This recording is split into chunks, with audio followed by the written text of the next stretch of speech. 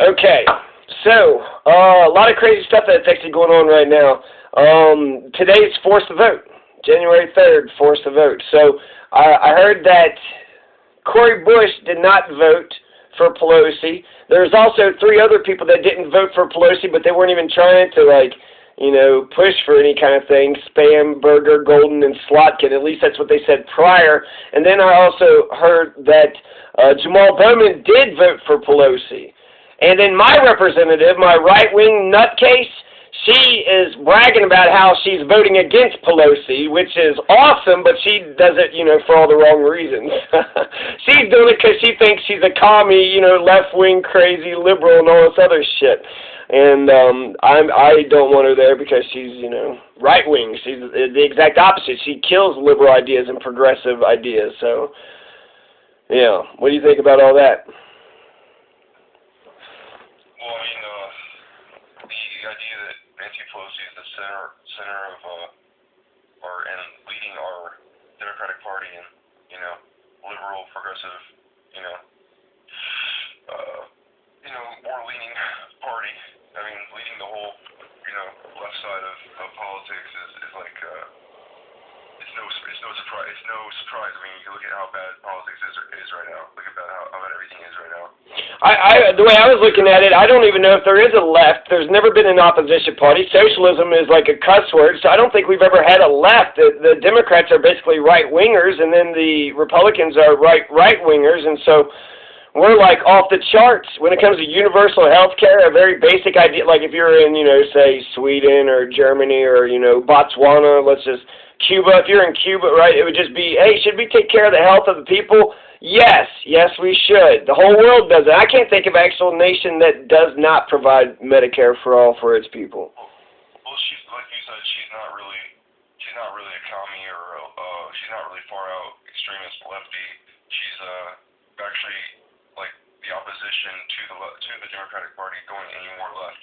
I would say at best, being from California, that's ironic. Yeah, I agree. The nicest you could say is she's center right, but she impeached what? She hates the Republicans, but she's imperialist. She's a capitalist. She's worth $140 million. She was for single payer health care 20 something years or whatever. In '93, she was for single payer health care. Yeah, she loves oil companies and pharmaceutical companies, like every good neoliberal Democrat, every successful Democrat that there is. Or long-lasting Democrat, but the real point I guess I wanted to make was just a simple point, just that it's a misnomer altogether. And you kind of like insinuated that, but it's a misnomer that Biden or Pelosi is actually liberal, or actually any kind of threatening version of a liberal. I mean, that's obviously just some kind of Fox News paranoia. I mean, that's their scare tactics to keep their voters, in their party, just like the Democrats have their own scare tactics to keep their voters in the party, which involve crazy, outlandish. I am so disappointed about Jamal Bowman. Jamal Bowman, man, I thought like he was going to go in there and be my hero because he said he was for Medicare for all and reparations and a federal jobs guarantee. I'm like, hell yeah, we're actually going to get this thing and then some. We're going to get some more. And apparently he voted for yes for Pelosi, so I'd like to hear the explanation. Also sucks that where the hell was any of this stuff? They owe us explanation. AOC, rather than lashing out, she owes us an explanation as to why her views changed. Especially her. Well, I mean, actually, like, liberal. The whole idea was to primary the opponents. Can't you just use the vote for Pelosi as one of many reasons to not reelect somebody? Can't you use that as a reason to primary an opponent? No, but AOC needs to give us a reason for her flip-flop. AOC is not my representative, and you know what? She's like, if anything, I agree. They all need to give an explanation. I guess I'm just like... If you're flip-flopping, if you're going back on what you usually said, what you ran on, then you definitely owe us an explanation. Sure. At the very least. I mean, you really owe us to do what you... Well, just to push back a little bit, she actually has explained. She says that she's fighting for other stuff behind the scenes, committee chairs, $15 minimum wage, family medical leave. So they're fighting for those things behind closed doors. So we just gotta trust her. She's just not fighting for Medicare for all anymore. Well, I guess, I mean, I'm actually arguing against my own, position here. But, see, AOC, we don't know. We haven't got a Medicare for all vote up. She just didn't say yes to this tactic, so perhaps she has a different tactic that she's going to use, maybe today, tomorrow, and, 50 years. Who knows, you never know with these.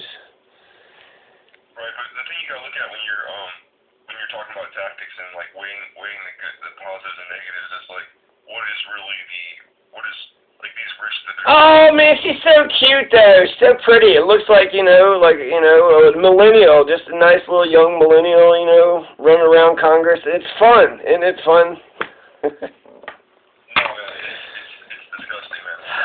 Yeah, okay. I'm. Celebrity. It's not about the celebrity. It's about the system. No, I'm. Out of whack and people being confused and misled. Yeah, I don't know if I can. You're either like what is that Coldplay song? Either you're part of the cure or you're part of the disease. And it looks like these people. There's nothing really, no downside about force the vote. There's nothing really. There's abstract consequences. There's hypothetical. I think we could actually use it to primary the opponent. So just like, let's say we got the Medicare for all thing and then, it failed. So what? This force the vote thing failed. So we were going to fail. We were going to fail either way so we can primary. That happened in Congress. I mean, that's hey, don't interrupt. I didn't make my point. So we were going to primary the opponents. So we can primary the opponents because they voted for a rich imperialist, capitalist. What did you get out of that? What did you hand your vote over for?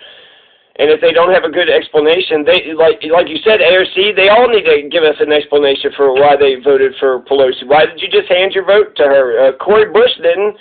Cory Bush and several other ones didn't. So if they're strong enough not to. I really respect my grandpa on my dad's side. He always gave me some good old country wisdom a lot of times. So, he said things like, can't, never tried, or he said stuff like also that never make a quick decision, never let anybody, pressure you to, do something like on the fly. Always think something over because people will come up to you and try to sell you and try to tell you, oh, this is a great opportunity, but you got to act now. You have to make up your mind right now. You know what I mean? Like, right. You don't have any time to think about it. And it's like when they do that, usually almost every single time it's a scam. It's just that's one of their ploys to get you to do it. And he's like, they'll tell you that it's good for you, but it's actually good for them. And I think that's what, is going on. Oh, we need to work with the insurance companies to do just a compromise Obamacare or health care for all. It's good for you.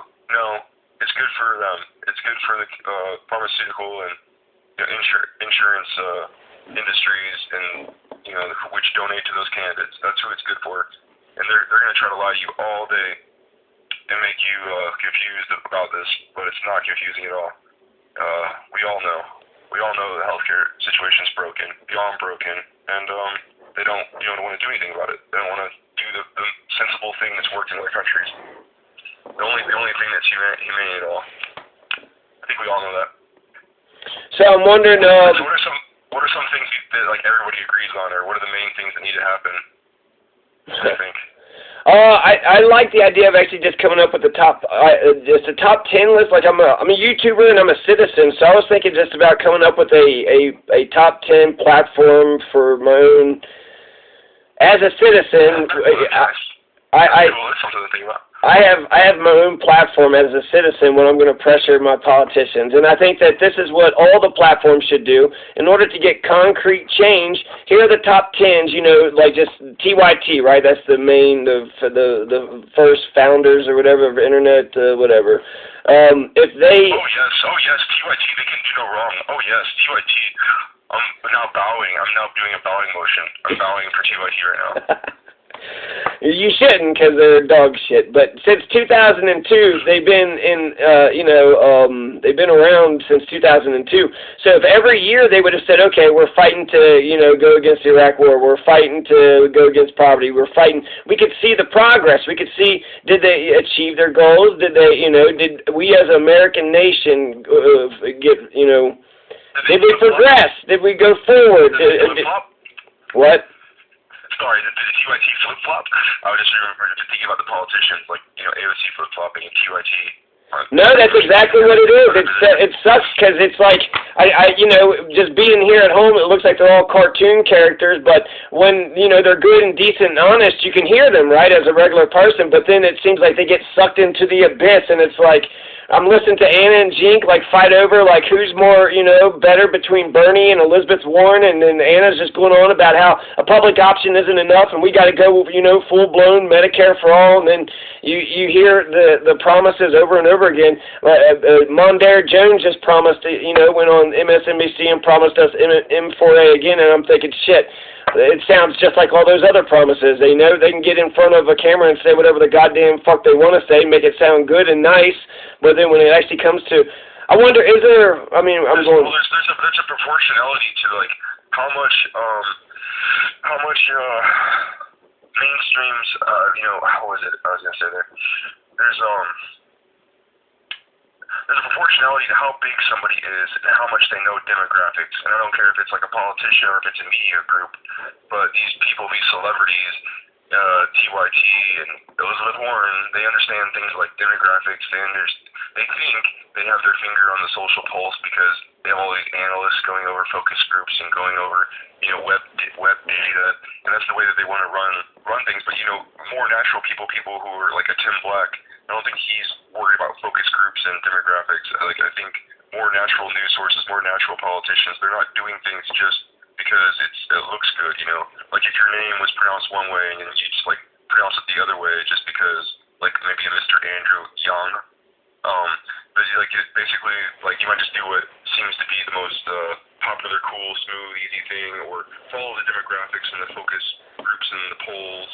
People just they do know that, and I think that when you get into big time, people high up in the game in terms of media or politicians, they really look at their demographics. They really look at the data. They just say the things that are popular, the things that which I think that these movements, these different things that everybody's in favor of.